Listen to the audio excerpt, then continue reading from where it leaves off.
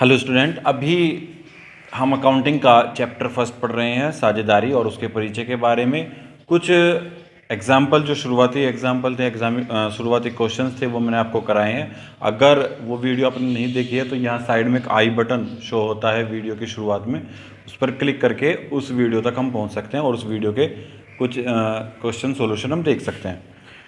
अपनी बुक के क्वेश्चंस के आप देखिएगा और आगे बढ़ते हैं हम। अभी तक जो मैंने आपको बताया उसमें बताया गया था कि पार्टनर्स अपने अकाउंट बनाते हैं, नेट प्रॉफिट गिवन होता है और नेट प्रॉफिट के बाद उस प्रॉफिट को कैसे कैसे और किस तरीके से डिस्ट्रीब्यूट करना है उसके बारे में चर्चा की जाती है। यहाँ एक दो बातें हैं जो ध्यान देने लायक है, वो मैं आपको बता रहा हूँ। आपको नेट प्रॉफिट गिवन होता है, इसका मतलब है कि पार्टनर्स ने इससे पहले अपना ट्रेडिंग और पीएल अकाउंट तैयार करके रखा हुआ है और वहां से आपको नेट प्रॉफिट दे दिया गया है। लेकिन इसमें क्लॉज है, एक इसमें एडजस्टमेंट है, उसके बारे में ध्यान दें। अगर किसी पार्टनर ने कैपिटल के अलावा कुछ और भी धनराशि पार्टनरशिप को दी है, कैपिटल तो देना ही देना है, कैपिटल देना उनका फर्ज है, क्योंकि बिना कैपिटल के तो व्यापार ही शुरू नहीं हो सकता, बिना कैश के तो व्यापार ही शुरू नहीं हो सकता। लेकिन कई बार क्या होता है कि पार्टनर अपनी कैपिटल के अलावा भी कुछ धनराशि फर्म को दे देते हैं। वो किस लिए दे देते हैं? लोन के रूप में दे देते हैं। तो ध्यान देंगे, अगर पार्टनर्स ने लोन दिया हुआ है तो जाहिर सी बात है कि लोन पर इंटरेस्ट भी देना होगा।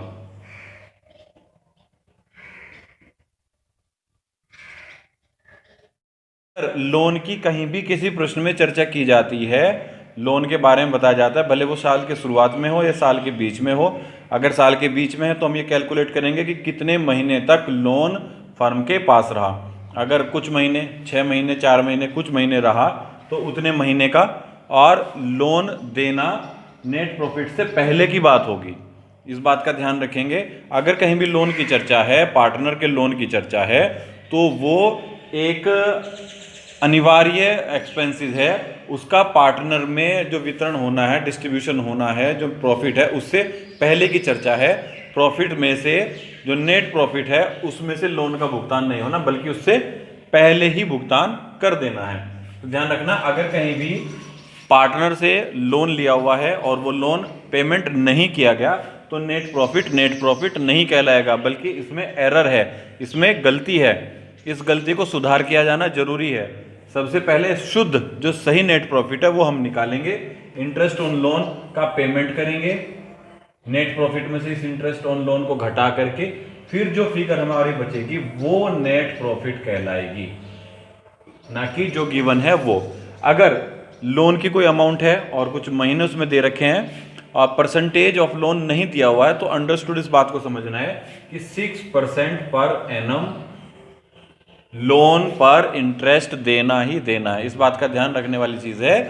पार्टनरशिप में अगर नेट प्रॉफिट दिया है, लेकिन साथ ही साथ क्वेश्चन में कहीं ये भी लिख दिया गया कि हमने पार्टनर से लोन लिया हुआ है और कुछ महीने बाद महीने की उसमें चर्चा कर दी गई, तो हम दो चीज कैलकुलेट करेंगे। पहली तो ये कि लोन कब लिया गया है। लोन जब लिया गया है उससे लेकर के अकाउंट बंद होने तक की तारीख चेक कर ली जाएगी कि किस तारीख तक हमारे अकाउंट बंद हो रहे हैं, उतने महीने कैलकुलेट कर लेंगे। फिर लोन देने के लिए परसेंटेज ऑफ लोन अगर नहीं दे रखी है, कितने परसेंट लोन है, तो 6% की दर से उसको ब्याज देना ही देना है। ये नेट प्रॉफिट नहीं है अगर लोन का पेमेंट नहीं कर रखा। तो ये कुछ क्वेश्चंस में हो सकती है इस तरह की बात, इसलिए आपको ये बताया गया है। जब वास्तविक नेट प्रॉफिट आ जाता है, जब एक्चुअल नेट प्रॉफिट आ जाता है, फिर इस नेट प्रॉफिट का होता है डिस्ट्रीब्यूशन। जैसा कि मैंने इससे पहले की वीडियो में भी आपको बताया था कि प्रॉफिट बांटने से पहले कुछ चीजें हो सकती हैं, जैसे सैलरी, इंटरेस्ट ऑन कैपिटल और कोई कमीशन, या इस प्रॉफिट के कुछ हिस्से को रिजर्व के रूप में वो रखते हैं। रिजर्व के मायने समझें एक बार। जैसे इस फर्म को 10,000 रुपये का लाभ हुआ है, ये 10,000 दो पार्टनर या 3 पार्टनर उसमें आपस में बांटना है। लेकिन अगर वो पार्टनर आपस में डिस्कशन करते हैं कि हम इस प्रॉफिट को अभी सारा का सारा नहीं बांटते, इसका कुछ हिस्सा रिजर्व के रूप में रख लेते हैं, कुछ हिस्सा रिजर्व के रूप में भविष्य के लिए रख लेते हैं। है तो इन्हीं का, बंटना भी इन्हीं को, मिलना भी इन्हीं को। नेट प्रॉफिट सब पार्टनर्स का होता है। ये अपने आप उसे जिस तरीके से बांटना चाहे, सैलरी के रूप में ले लें, इंटरेस्ट ऑन कैपिटल ले लें, कमीशन ले लें, या कुछ हिस्सा उसका रिजर्व रख लें भविष्य के लिए, आने वाले टाइम के लिए, और कुछ जो बचा हुआ हिस्सा वो प्रॉफिट में बांट लें।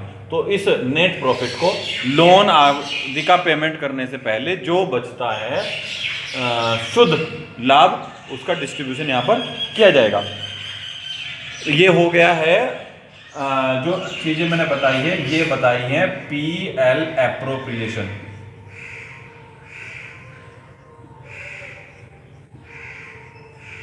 PL appropriation account. PL appropriation account के तुरंत बाद बनता है कैपिटल अकाउंट। पहले भी मैं आपको बता चुका हूं, कैपिटल अकाउंट बनता है।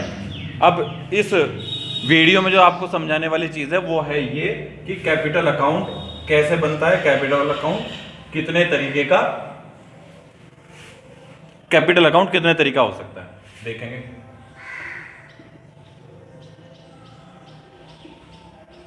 Partners capital account.